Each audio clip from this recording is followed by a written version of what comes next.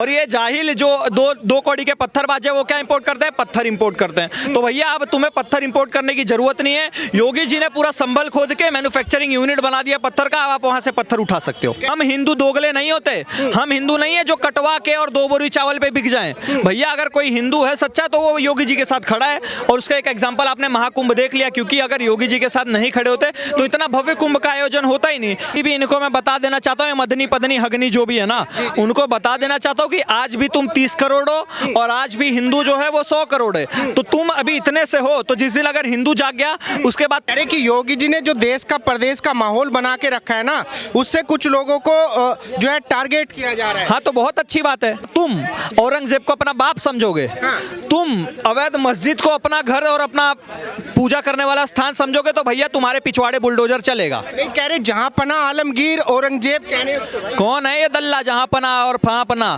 भैया हमारा नहीं जानते हो? मैं नहीं जानता किसी औरंगजेब को। वो लुटेरे डाकू आतंकवादी रेपिस्ट होंगे किसी के मसीहा। भैया मैं जानता हूं हमारे प्रभु श्री राम को, जिसने एक महिला के सम्मान के लिए 14 साल वनवास कर दिया अपने माता पिता के गर्व के लिए। मैं जानता हूं भैया हमारे प्रभु श्री कृष्ण को, जिसने एक द्रौपदी के चीरहरण पे इतना बड़ा महाभारत का युद्ध छेड़ दिया। तो भैया मेरे जो आदर्श है, मेरे जो पुरुष है, वो प्रभु श्री कृष्ण, महादेव और प्रभु श्री राम जैसे लोग हैं। भैया औरंगजेब, बाबर तो वैसे भी छक्का था, उसका बॉयफ्रेंड था बाबरी नाम। तो भैया मैं ऐसे मीठो को अपना मसीहा नहीं मानता हूँ। मीठो जिसके बाप बन रहे हैं वो आप देख लो फिर। योगी जी ने जो है पत्थरबाजों के लिए पूरा संबल खुदवा के रख दिया, तो विपक्ष और लगातार मुल्ला और मौलाना भी बात कर रहे हैं कि भाई योगी जी क्या साबित करना चाहते हैं। तो क्या दिक्कत है? अच्छी बात है ना। अब तुम्हारे लिए पत्थर की कमी रहेगी नहीं।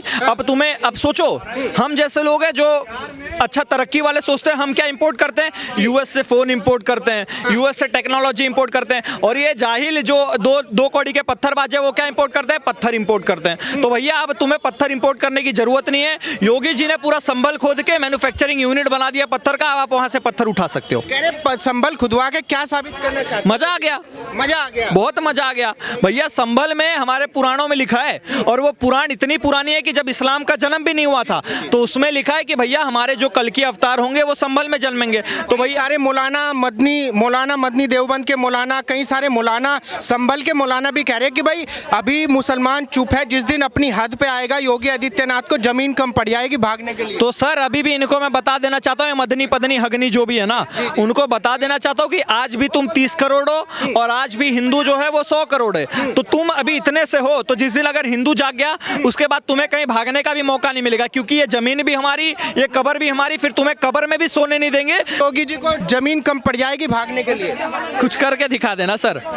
अभी जिसने बयान दिया होगा देख लेना, मैं गारंटी के साथ बोलता हूँ, अगले दिन उसकी बगल में यूपी पुलिस और अगले दिन उसकी लंगड़ते हुए वीडियो आ जाएगी तुरंत सोशल मीडिया पे। तो अभी हम खामोश हैं, जिस दिन हम सड़क पे उतरेंगे जान बचानी भारी हो जाएगी। हाँ बिल्कुल, अभी ये खामोश है इसीलिए बचे हुए हैं। जिस दिन ये सड़क पे उतरेंगे इनका जान बचाना भारी हो जाएगा, फिर इनको भारत छोड़ के पाकिस्तान ही भागना पड़ेगा। कैसे मतलब? भैया आज भी 100 करोड़ हिंदू है, और 100 करोड़ हिंदू छोड़ो सर, जितने हमारे महाकुंभ में नागा साधु आए थे ना, अगर उनको इनकी तरफ छोड़ देना तो मदनी पदनी सारे गायब हो जाएंगे, कोई नजर नहीं आएगा। भैया चुप है तो इसका कमजोर मत समझो। योगी जी सत्ता का गलत फायदा उठा रहे हैं। अच्छी बात है, मैं तो चाहूंगा भैया योगी जी सत्ता का गलत फायदा मेरे जीवन काल तक उठाते रहें। अगर सत्ता का गलत फायदा उठाने पे हमारा उत्तर प्रदेश सुरक्षित है, हमारा उत्तर प्रदेश संरक्षित है, हमारी बहन बेटियां खुल के जी पा रही हैं, तो भैया मैं चाहूंगा ऐसा सत्ता का दुरुपयोग सिर्फ यूपी में नहीं पूरे भारत में होना चाहिए। इवन कांग्रेस काल में भी ऐसे सत्ता का दुरुपयोग होना चाहिए जहां बाबर की औलादे शांत रहे। अखिलेश यादव ने यहाँ तक बोल दिया कि भाई जो संगम घाट है उसको मुस्लिमों को दान कर देना चाहिए सरकार को, क्योंकि वो औरंगजेब की निशानी है। अच्छा, मतलब संगम घाट औरंगजेब की निशानी है। अखिलेश यादव कह रहे कर देना चाहिए। देखो सर, आज मुलायम सिंह यादव देख रहे होंगे ना अखिलेश को, तो वहीं ऊपर छाती पीट रहे होंगे, रो रहे होंगे कि भैया मैंने किस जाहिल बेटे को पैदा कर दिया, जिसने पार्टी तो हराई, जिसने चुनाव तो हराई, जिसने मुख्यमंत्री पद तो छोड़ी, मेरे पार्टी का भी अस्तित्व खतरे में ला दिया। तो भैया मुलायम सिंह यादव सोच रहे होंगे कि भैया अगर वो रात को मैं सोया नहीं होता अगर अपनी बीवी के साथ, तो शायद आज मेरी पार्टी, मेरा अस्तित्व जिंदा होता। जिस तरीके से पूरा विपक्ष योगी जी के सामने है और अकेले योगी जी कुंभ को लेके मुखरता से बात कर रहे हैं, अखरता से बात कर रहे हैं। आपको लगता है कि योगी जी जो पूरा जो है उनका सामना कर पाएंगे? देखो सर, आपने यही गलत बात बोल दी। किसने कहा योगी जी अकेले हैं? योगी जी के साथ 70 करोड़ लगभग हो गए। 70 करोड़ जो कुंभ में नहाए हुए लोग थे वो योगी जी के पीछे खड़े हैं। योगी जी के साथ वो लोग भी खड़े हैं जो कुंभ नहीं पहुंच पाए, लेकिन उन्होंने टीवी में या सोशल मीडिया में कुंभ की भव्यता को देख ली। तो भैया इनडायरेक्ट तरीके से योगी जी के साथ पूरा हिंदू समाज खड़ा है, योगी जी के साथ पूरा भारत खड़ा है, योगी जी के साथ जो पूरे एनआरआई हैं हमारे विश्व में, वो सारे लोग आज योगी जी के साथ खड़े हैं। तो भैया मैं चाहूंगा भारत का ही नहीं पूरे विश्व का विपक्ष आके कुछ योगी जी का उखाड़ नहीं सकता। योगी जी के साथ भारत शब्द खड़ा है। ऐसा तो नहीं है कि सिर्फ बोलने के लिए खड़ा है, जिस दिन योगी जी को जरूरत पड़े हिंदू साथ छोड़ दे। सर कहां हिंदू साथ छोड़ रहा है? ऐसा आज तक यूपी के इतिहास में नहीं हुआ था कि भैया एक साथ 2 बार कोई चुनाव जीता हो। योगी जी जीत गए ना, तो भैया हम हिंदू दोगले नहीं होते। हम हिंदू नहीं है जो कटवा के और 2 बोरी चावल पे बिक जाएं। भैया अगर कोई हिंदू है सच्चा तो वो योगी जी के साथ खड़ा है। और उसका एक एग्जांपल आपने महाकुंभ देख लिया, क्योंकि अगर योगी जी के साथ नहीं खड़े होते तो इतना भव्य कुंभ का आयोजन होता ही नहीं, राम मंदिर बनता ही नहीं, काशी की बात उठती ही नहीं, मथुरा की बात उठती नहीं। योगी जी को पता है कि हिंदू समाज मेरे साथ खड़ा है और इसका योगी जी पुरजोर तरीके से काम भी कर रहे हैं। कह रहे हैं कि योगी जी को दिख रहा है अपना भविष्य, योगी जी की विदाई होने वाली है, तो उनके बोल बिगड़ गए।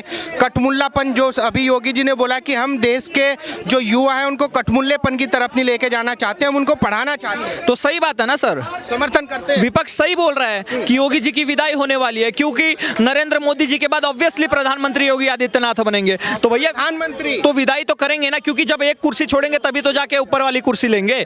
तो भैया अगर विदाई नहीं भी करना चाहेंगे तो हम योगी जी को सीएम पद से टर्मिनेट कर देंगे और जाके प्रधानमंत्री पद पे बैठा देंगे। हम नहीं चाहते योगी जी अब सिर्फ उत्तर प्रदेश में सीमित रहे। हम चाहते हैं जो योगी जी के काम करने की सीमा है उसको उत्तर प्रदेश से हटा करके और पूरा भारत दिया जाए। विपक्ष तो अभी कह रहा है कि जेल कानून जो है संविधान को योगी जी नहीं मानते, जो है कानून नहीं मानते योगी जी, लगातार एनकाउंटर करवा दे रहे हैं, बुलडोजर चलवा दे रहे हैं। देखो सर, संविधान था ना, इसीलिए कसाब याकूब मेनन जैसे लोगों ने साल साल भर बैठ के बिरयानी खाई। कई साल भी रेपिस्टों को बेल मिल जा रही है। अगर यही जगह पे हमारा पुराण होता ना सर, तो ये जैसे लोगों को या तो गिद्ध खा रहे होते या तो सुअर नोच के खा रहे होते। तो भैया मैं चाहूंगा कि अगर संविधान में संशोधन इतनी बार कर दिया गया तो 1-2 बार और कर दिया जाए, जिससे हमारे भारत की अस्तित्व, हमारे भारत की अखंडता बची रहे। अरे कि भाई संभल में कुछ युवा जोश में आ गए, उन्होंने पत्थर चला दिए, तो योगी जी जेल में डलवा रहे हैं। सर तो दिक्कत क्या है, जोश में आ गए तो भाई अब उनका घर जाएगा। जोश में आए, अगर कल को जोश में और ज्यादा आ जाएंगे तो सबको एक साथ रह के क्या बोलते गोली से भून दिया जाएगा। खत्म तो आजादी होती है, अपना जो अधिकार मांगने की आजादी होती है सर, तो प्रदर्शन करने की। अरे सर प्रदर्शन करने आप अच्छे से प्रदर्शन करिए ना। आप क्या बोलते हैं पत्थर चला के पुलिस के ऊपर पत्थर चलाएंगे, प्रशासन के ऊपर पत्थर चलाएंगे, ये तो हमारा अधिकार है। ये अधिकार कहाँ से आया है सर आपके पास में?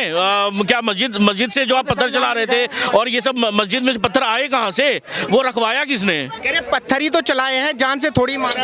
अरे सर मैंने जान से मारने का वेट कर रहे हैं ना, मैंने आप चाह रहे हैं कि जान से मार दिया जाए। तो